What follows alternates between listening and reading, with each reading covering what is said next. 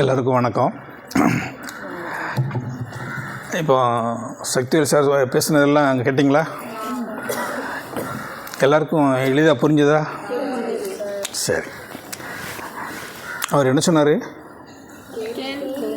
கேள்வி கடைசியாக வந்து கேள்வி. இது இன்றைக்கி 2025. கடந்த வருடம் 2024 இது நம்ம புத்தக வாசிப்பு நற்பணி மன்றம் சார்பாக அவர் ரவியண்ணன் அவங்களோட இல்லத்தில் வச்சு எஸ் ராமகிருஷ்ணனோட பிறந்தநாள் கொண்டாடப்பட்டது. அப்போவே என்ன அழைச்சிருந்தாங்க, அங்கே போயிருந்தோம். எஸ் ராமகிருஷ்ணனுக்கு இவரை பற்றி தெரியாது, இவருக்கு அவரை பற்றி தெரியும். எப்படி தெரியும்? அவர் ஒரு எழுத்தாளர், அவர் எழுதின புத்தகங்கள் குறித்து தெரியும். சரியா? அதனால் அவரோட எழுத்து ஒரு நல்ல சமுதாயத்துக்கு பயனுள்ளதாக இருக்குது அப்படிங்கிறதுனால அவருக்கு வந்து பிறந்தநாள் நிகழ்வை கொண்டாடுறாங்க.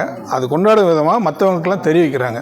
அந்த வகையில் இன்றைக்கி வந்து உங்களுக்கோட பகிர்ந்துக்கலாங்கிறதுக்காக இந்த நிகழ்ச்சி ஏற்பாடு பண்ணியிருக்கு. ரொம்ப சிறப்பு. உங்களெல்லாம் பார்க்குறதுல ரொம்ப சந்தோஷமாக இருக்குது.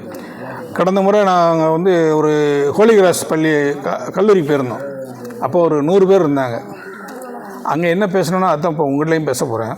ஏன்னா மாணவர்கள் வேறு இல்லையா, பேச்சு உரை மாதிரி இருந்தாலும் சரி. அவர் கேட்ட மாதிரி எஸ் ராமகிருஷ்ணங்கிறது யாருக்கும் தெரிலன்னு. நீங்கள் எத்தனை பேர் செய்தித்தாள் படிச்சிருக்கீங்க? தினசரி படிக்கிறவங்க தினசரி படிப்பீங்க. சரி, படிக்காதவங்க இன்னும் படிக்க ஆரம்பிங்க. சரியா? ஏன்னா வாசிப்புங்கிறது அங்கேருந்து தொடங்கணும்.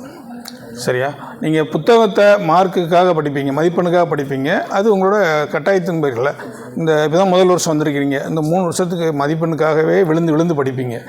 அடுத்து அந்த புத்தகத்தை தொட மாட்டோம். இந்த வருஷம் படிக்கிறது அடுத்த வருஷம் தொட மாட்டோம். அதுவும் தமிழ் புத்தகமாக இருந்தால் உங்களுக்கு 2 பருவத்திலோடு முடிஞ்சது, அப்படி தானே? அதுக்கப்புறம் தமிழ் புத்தகத்தை தொடவே மாட்டோம். அதுக்கப்புறம் அது வரவே வராது. 3ஆவது வருஷம் படிக்கும்போது தமிழ் எழுத சொன்னால் எழுத முடியாது, அப்படி தானே? தமிழ் மட்டும்தான் எழுத முடியும். அதனால் இதை நீங்கள் வந்து புத்தகத்தை தவிர்த்து புத்தகத்தை தாண்டி நீங்கள் வாசிக்கணும் அப்படிங்கிறத உங்களுக்கு நினைவூட்டுறதுக்காகவும் வாசிக்கக்கூடிய பயிற்சி, அதாவது வாசித்தல்னால் என்னங்கிறத இவ்வளோ நேரம் சொன்னாங்க இல்லையா? இப்போ நீங்களே சொன்னீங்க, ஒவ்வொருத்தரும் ஒன்று சொன்னீங்க. உண்மைதான். வாசித்தல் நினைவுபடுத்தும். நம்ம உலகத்தை தாண்டி வேறொரு உலகத்துக்கு போவோம், வேறொரு சிந்தனை வரும், எல்லாமே வரும். கரெக்டு தான். கற்பனா சக்தி வரும். நீங்கள் சொன்ன மாதிரி அறிவியல், வரலாறு இதெல்லாம் தாண்டி நிறைய விஷயங்கள் கற்றுக்கலாம். ஆனால் வாசித்தல் தொடர்ந்து இருக்கணும். செய்தித்தாள் வாசிக்கிறீங்கன்னா செய்தித்தாளில் உங்களுக்குன்னு ஒரு பகுதி, பிடிச்சமான பகுதி இருக்கும் இல்லையா? ஒவ்வொருத்தருக்கும் ஒவ்வொரு பகுதி இருக்கும். சிலருக்கு பார்த்திங்கன்னா விளையாட்டு பிடிக்கும், சிலருக்கு சினிமா பிடிக்கும், சிலருக்கு வந்து அதில் உள்ள விளம்பரங்கள் பிடிக்கும். சில பார்த்திங்கன்னா விளம்பரங்கள் கூட உங்களுக்கு ஒரு சின்ன விழிப்புணர்வை தரக்கூடியதாக இருக்கும். சில இது நீங்கள் வாசித்து பாருங்கள், உங்களுக்கே தெரியும் அது ஒரு பிழையாக இருக்கும். அதை மட்டும் தேடி பார்த்தீங்கன்னா என்னடா பிழையாக இருக்கேன்னு தெரியும். ஏன்னா உங்களுக்கே தெரியும், அப்போ நீங்கள் ஒரு சரியாக இருக்கீங்கன்னு அர்த்தம். அப்போ அந்த இடத்துல பிழையாக இருக்குங்கிறத கண்டுபிடிச்சிருவீங்க. இந்த மாதிரி பிள்ளையை கண்டுபிடிக்கிறவங்க தான் இன்றைக்கி பத்திரிகை துறையில் பார்த்திங்கன்னா துணை ஆசிரியராக போவாங்க, சப் எடிட்டர்மாங்க. புத்தகத்தில் மெய்ப்பாக்கம் சொல்லுவாங்க, அதாவது ப்ரூஃப் ரீடர்னு சொல்லுவாங்க. பிள்ளையை கண்டுபிடிச்சிங்கன்னா கூட உங்களுக்கு ஒரு தனித்திறமை தான் அது. சரியா? இன்றைக்கி வந்து எஸ் ராமகிருஷ்ணன் அவர்களோட பிறந்தநாள். அவர் எங்கே வந்திங்கன்னா விருதுநகர் மாவட்டத்தில் மல்லாங்கிணறுங்கிற ஊரில் தான் பிறந்திருக்கிறாங்க. 1966 பிறந்திருக்கிறாங்க. முழு நேர எழுத்தாளர் இருக்காங்க. அவங்களோட தொழிலே எழுத்தாளர். அவங்க அப்பா அம்மாலாம் ஆசிரியர்கள். அவரோட படித்து வந்ததில் அவருக்கு வந்து எழுத்தார்வம் அதிகமாக வந்தோடனே அதிகபட்சம் வெளிநாடுகளுக்கு பயணமே போகாட்டிலையும் நீங்கள் சொன்ன மாதிரி புத்தகங்களை வாசித்து பயணத்தை உணர்ந்துருக்கிறார். இன்றைக்கி வந்து பார்த்திங்கன்னா அவரோட அதிகபட்சம் கட்டுரைகள் எல்லாமே பயண கட்டுரைகளாகவே இருக்கும். ஆனால் பயணம் போனவங்களை வாசித்து எழுதப்பட்ட கட்டுரைகளாக இருக்கும். இன்றைக்கி நான் உங்களோட வந்திருக்கும் போது எனக்கு ஒரு கொடுத்துருக்க புத்தகம் ரயில் ஏறிய கிராமம். இந்த ரயில் ஏறிய கிராமம்னா என்ன அர்த்தம் தெரியுமா? சொல்லுங்கள் பார்ப்போம். ரயில் ஏறி ஒரு கிராமத்துக்கு போகிறாங்க. நீங்கள் சொல்லுங்கள். ஒரு கிராமம் ரயில் ஏறியது. நீங்கள் சின்ன வயசில் படிச்சிருப்பீங்க, ஊர் சிரித்தது அப்படின்னு என்ன அர்த்தம்? இப்போது நீங்கள் சொன்னீங்க இல்லையா, அதாவது என்னென்னா ஒரு கிராம மக்கள் அத்தனை பேருமே ரயில் ஏறி புலம்பெயர்றாங்க. அது அடுத்த ஊருக்கு போகிறாங்க. ரயில் பயணம் தான் அவங்களுக்கு. அந்த ரயிலுக்குள்ளே எல்லா கிராமத்து மக்கள் அது வரைக்கும் வெளியூருக்கே போனதில்லை. வெளியூர்னால் என்னென்னு தெரியாது, அவங்க ஊருக்குள்ளே தான் இருக்காங்க. ஊருக்குள்ளேனா இப்போ நம்ம தூத்துக்குடி மாவட்டம்னா மாவட்டத்துக்குள்ளே இது ஒரு கோரமல்லங்கிறது ஒரு ஊர். தூத்துக்குடி எனக்கு தெரியலை அப்படின்னா அவங்க வாழ்கிற ஊரோட தலைநகரமே தெரியலை. இப்போ நமக்கு பொறுத்திங்கன்னா சென்னை தான் நமக்கு தமிழ்நாட்டோட தலைநகரம். அங்கே போகாமல் நிறைய பேர் இருக்காங்களா? அந்த அந்த அனுபவத்தில் தான் சொல்கிறாங்க. இந்த இடத்துல தலைநகரம், தமிழ்நாட்டின் தலைநகரம் சென்னை, சென்னைக்கே போகாமல் இருக்கும். தூத்துக்குடி மாவட்டத்தோட தலைநகரம் தூத்துக்குடி, தூத்துக்குடிக்கே போகாத மக்கள் நிறைய பேர் இருப்போம். இவங்க ரயிலில் போகிறாங்க. ரயில் பார்த்ததே இல்லை. ஒரு காலத்தில் ரயில்னால் ஏதோ நீளமான கம்பளி பூச்சி மாதிரி தான். அந்த கம்பளி பூச்சி கூட நம்ம ரயில் பூச்சி தான் பேர் வச்சுருக்கீங்க. மழைக்காலத்தில் வரும் இல்லையா கிராமத்தில், அது கூட ரயில் பூச்சி தான். அந்த ரயில் பூச்சி தொட்டோன்னே சுருண்டுரும். இது அப்படி இல்லை, இது போய்கிட்டே இருக்கும். இதை கூட அப்படி தான் யோசிச்சுக்கிட்டு இருக்காங்க. இந்த கிராம மக்கள் ரயிலில் போகிறாங்க. அந்த அனுபவத்தை தான் ஒருத்தர் எழுதியிருக்காங்க. இந்த புத்தகத்தில் 30 கட்டுரைகள் இருக்குது. 30மே 30 வகையான புத்தகங்கள், உலக புகழ்பெற்ற புத்தகங்கள். அந்த புத்தகத்தில் என்னென்ன இருக்குது அப்படின்னு சொல்லி தான் போட்டிருக்குங்க. தலைப்புக்குள்ளது மட்டும் முதல் கதையாக இருக்குது. மீதியெல்லாம் ஒவ்வொன்றும் ஒவ்வொரு தலைப்பில் இருக்கும். நதி குறித்து இருக்கும், மருத்துவம் குறித்து இருக்கும், விளையாட்டு குறித்து இருக்கும். இதெல்லாம் இந்த புத்தகத்தில் இருக்குது. நீங்கள் இந்த புத்தகத்தை பற்றி நான் உங்கள்கிட்ட பேசினா இதில் என்ன இருக்குது அப்படின்னு, ஆனால் இந்த புத்தகம் உங்களுக்கு நீங்கள் படித்ததே இல்லை. இனிமேல் நீங்கள் படிக்கணும் அப்படிங்கிறதுக்காக இந்த புத்தகத்தை பற்றி சொல்லிகிட்டு இருக்கிறேன். நீங்கள் நூலகங்கள் போயிருக்கீங்களா? இப்போவும் போய்கிட்டு இருக்கீங்களா? கல்லூரி நூலகமாக வெளியிலையா? கல்லூரி நூலகம் தான் போயிட்டுருங்க. வெளியில் வீட்டுக்கு போய் நூலகம் போகிறதுக்கு வாய்ப்பு? சரி. இப்போ கடந்த புத்தக திருவிழா நடந்துச்சா தூத்துக்குடியில்? எத்தனை பேர் போனீங்க? புத்தகங்கள் வாங்கினீங்களா? எந்த மாதிரி புத்தகம் வாங்கினீங்க? Story book. Very good. அதாவது புத்தக திருவிழா போங்க. புத்தக திருவிழா வந்து நமக்காக தான், அதாவது வாசிக்கிறவங்களுக்காக தான் வச்சுருக்குது. அதாவது நான் ஏற்கனவே சொன்ன மாதிரி புத்தகம் வந்து முன்னாடி புத்தக கண்காட்சியாக இருந்துச்சு, போய் வேடிக்கை மட்டும் பார்த்து வந்தோம். சரியா? ஏன்னா அதுக்கு பேர் கண்காட்சி இல்லையா, அதனால் திரும்ப இப்போ புத்தக திருவிழாவாச்சு. இப்போ என்ன பண்ணுறோம், அங்கே இருக்கிற கடைகளில் அந்த ஸ்நாக்ஸ் எல்லாம் வாங்கி சாப்பிட்டுட்டு அப்படியே ஒரு வேடிக்கை பார்த்துட்டு அப்படியே வந்துடுறோம். திருவிழா கொண்டாட்டம் தான். ஆனால் யாருமே வாசிக்கணுங்கிறத போகிறதில்லை. ஆனால் இனிமேல் மாற்றிக்கங்க. புத்தக திருவிழா நமக்கான புத்தக திருவிழா. நமக்கு கிடைக்காத புத்தகங்கள் அங்கே தான் கிடைக்கும். சரியா? அங்கேயே வாசிப்பு குறித்து எல்லாமே அனுபவங்களும் கிடைக்கும். புது புது அனுபவங்களும் கிடைக்கும். நிறைய நூற்றுக்கணக்கான கடைகள் வச்சுருப்பாங்க. எல்லாத்துலேயும் வித்தியாசமாக இருக்கும். உங்களுக்கான புத்தகங்கள் அங்கே இருக்கும், கண்டிப்பாக இருக்கும். ஏன்னா சிறுவர்லேருந்து பெரியவர்கள் வரைக்கும் வரிசையாக இருக்குது. உங்களுக்கே பிடிச்சிருக்கும். அந்த அட்டைப்படங்கள்லாம் பார்த்தீங்கன்னா புத்தகத்தை வாங்கி தொட்டு பாருங்கள். உங்களுக்கு புத்தகத்தை நமக்கு வாங்கிக்கணும், இது நம்மகிட்ட இருந்தால் நல்லா இருக்குமே அப்படிங்கிற ஒரு எண்ணம் வரும். அதுதான் புத்தக திருவிழாவுக்கு போக சொல்கிறது. முதல்ல நீங்கள் இந்த செய்தித்தாளை படித்தோடனே உங்களாலே முடியும். செய்தித்தாளில் என்னென்ன புத்தகங்கள்லாம் வருது அப்படிங்கிற விளம்பரங்கள் அதிகமாக இருக்கும். அதை பார்த்தாலே உங்களுக்கு இந்த மாதிரி வந்துடும். சரி, புத்தகம் வாசிச்சுக்கிறோம். இந்த இப்போ ஸ்ரீராமகிருஷ்ணன் ஐயா புத்தகம் 30 கதைகள் இருக்க சொன்னேன். இது ஒரு பக்கம் இருக்கட்டும். இதை நீங்கள் பின்னாடி வாசிக்க போகிறீங்க. சரியா? இப்போது இந்த புத்தகம் வாசித்தல் அப்படிங்கிறது வந்து தொடர்ந்து செய்ய முடியுமா உங்களால்? ஏன் முடியாது? வீட்டில் வேலை இருக்குது. இதுக்கு என்ன பண்ணணும் தெரியுமா? தினசரி ஒரு நேரம், ஏதோ ஒரு நேரம், காலையிலையோ சாயந்தரமோ ஒரு பக்கம் மட்டும் வாசித்தா போதும். ஒரு பக்கம் இல்லை, 2வது பக்கம், 2 பக்கம், அவ்வளோதான். அதிகமாக இல்லை. அந்த இப்போ நீங்கள் போய் புத்தகத்தில் வாங்கிருக்கீங்க, புத்தகம் வாங்கினீங்களா? அதெல்லாம் படிச்சிட்டிங்களா? அந்த புத்தகத்தை எங்கே அடுக்கி வச்சுருப்பீங்க? கண்ணுக்கு தெரிகிற மாதிரி அடுக்கி வச்சுருக்கீங்களா? வாங்கின புத்தகத்தை கண்ணுக்கு தெரிய மாதிரி அடுக்கி வச்சிங்கன்னா பார்க்கும்போது தெரியும். அந்த புத்தகம் நம்மளோட பேசும், நீ என்னை எடுத்து படி, என்னை எடுத்து படின்னு. ஏன்னா நம்ம வாங்கி கொண்டு வந்து அது சும்மா அழகுக்கு வச்சுக்கிறது இல்லை. பார்த்தோட தெரிஞ்சிடும், ஐயோ இந்த புத்தகத்தை வாசிக்கணுமே தோணும். அதான் கண் முன்னாடி வச்சுக்கணும். மறைச்சி வச்சிங்கன்னு வச்சுக்கோங்க, அதை மறந்தே போயிருவீங்க. அந்த புத்தகத்தோட உறவாடலாம். புத்தகத்தை எடுத்து நீங்கள் ஒரு பக்கம் தினசரி ஒரு பக்கமோ 2 பக்கமோ வாசித்துட்டு விட்டாலே போதும். திரும்ப அடுத்த முறை வாசிக்க தோணும். இதை ரெகுலர்படுத்திடுங்க. இதை வந்து பழக்கப்படுத்திக்கிட்டிங்கன்னா உங்களால் தொடர்ந்து வாசிக்க முடியும். 300 பக்கம் உள்ள புத்தகத்தையும் எளிதாக படிக்க முடியும். சரியா? அதனால் புத்தக வாசிப்பை வந்து நீங்கள் பழக்கப்படுத்துறதுல தான் இருக்குது.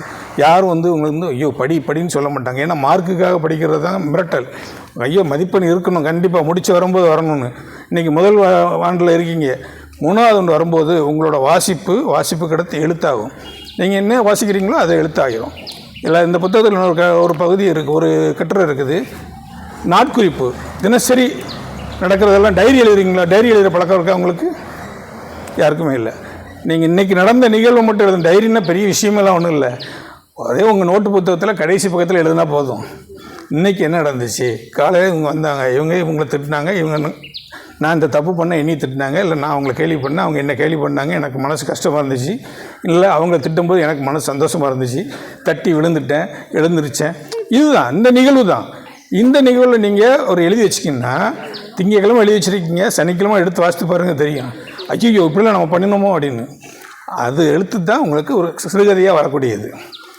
இது கூட நீங்கள் ஒரு திரைப்படங்கள் பார்த்துருங்க. திரைப்படம் பார்க்குற அனுபவம் இல்லை, கொஞ்சம் பழைய படம் தான் அது. உன்னிடத்தில் என்னை கொடுத்தேன்னு அதில் ஒரு வரி, அதில் ஒரு கதை வரும் பார்த்துருக்கீங்களா?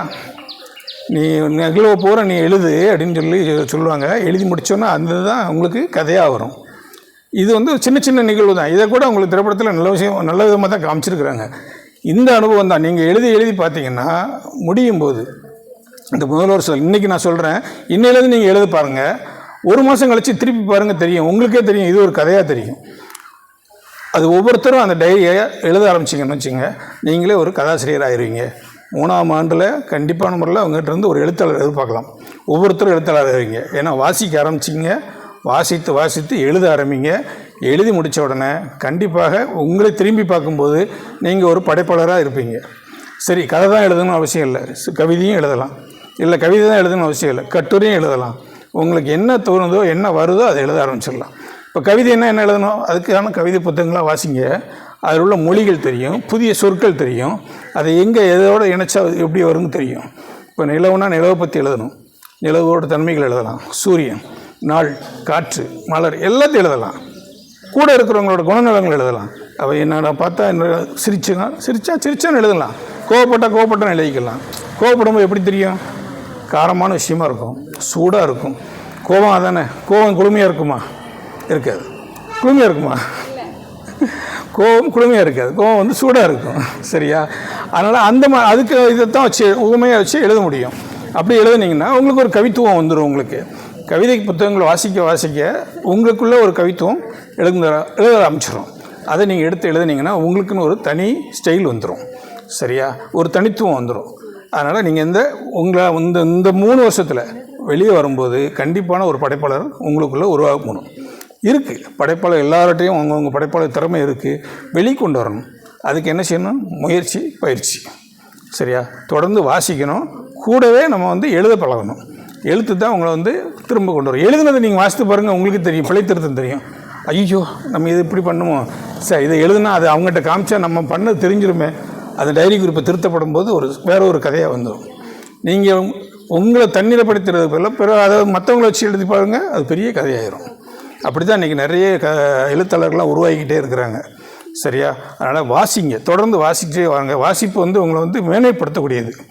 என்றைக்குமே வந்து வாசிப்பு வந்து கைவிடாது. என்ன தான் படித்தாலும் சரி, எந்த பிரிவில் இருந்து படித்தாலும் சரி, பாடப்பிரிவு எந்த பிரிவுனா எடுத்துக்கோங்க, வாசிக்க உங்களோட எந்த துறையிலேருந்து வாசிக்கிறீங்களோ அந்த துறை சார்ந்து மென்மேலும் வளருவீங்க. அந்த வாசிப்பை விட்டு புத்தக வாசிப்பை தாண்டாமல் இருந்தீங்கன்னா அதுக்குள்ளேயே முடங்கி போகக்கூடிய வாய்ப்பு இருக்குது.